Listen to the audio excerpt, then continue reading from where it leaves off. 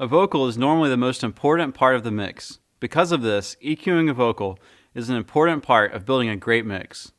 So let's talk about a few common problem frequencies with a vocal and what to do about it.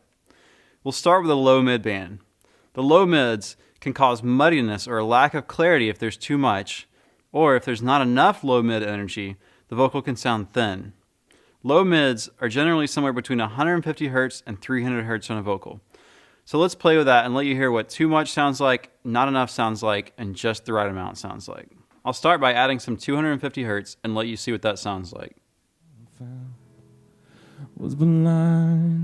Now you hear that sounds very muddy, very muffled sounding.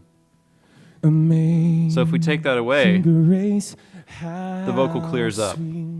Now if we take too much away, the vocal sounds very thin. So we'll give some back until the vocal sounds about right. The next band of frequencies to be aware of on a vocal is the mid-range frequencies. Too much mid-range frequencies can cause a vocal to sound nasally or honky. We'll start somewhere around 500 Hz and add that to let you hear what it would sound like.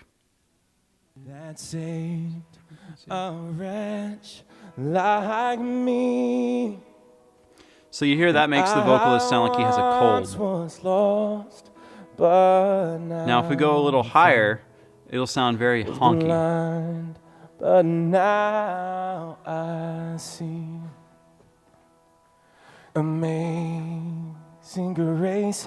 How now if we take that away, the nasally sound will go away. Saved a wretch like me. Be careful not to take away too much mid-range in a vocal. Mid-range frequencies are important in a vocal because they give it punch and clarity. So I'll let you hear what it sounds like with not enough mid-range frequencies too. Amazing grace, how sweet the sound that saved a wretch like me. And I once was lost, but all right, now I'll give that back. Found, was blind. Another important frequency range in your vocal is the mid-highs. The mid-highs are between 1K and 5K. This gives you lots of clarity in your vocal, but too much and it can be painful. So let's start by adding some 3K to see what that sounds like.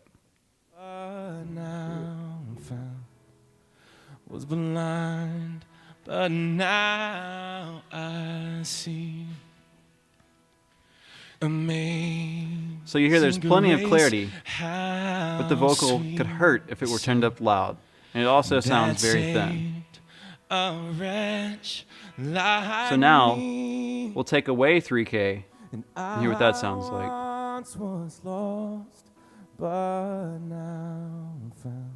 So now you hear the vocal sounds very dark and very muddy. So we'll give some of that back. Amazing grace, how sweet. The last band of frequencies to consider in a vocal is the high band from 5K and up. This band can give you air on a vocal, or the breathy sound. It can also cause sibilance problems, so be careful.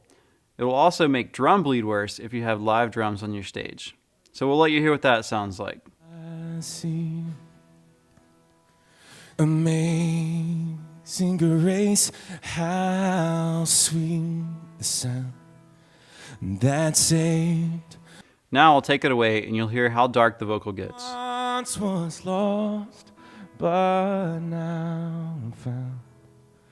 Was blind, but now I see.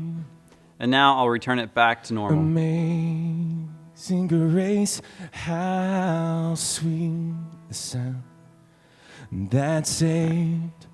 Another thing to be aware of is that you should use your high-pass filter on a vocal. There's nothing useful below 100 Hz.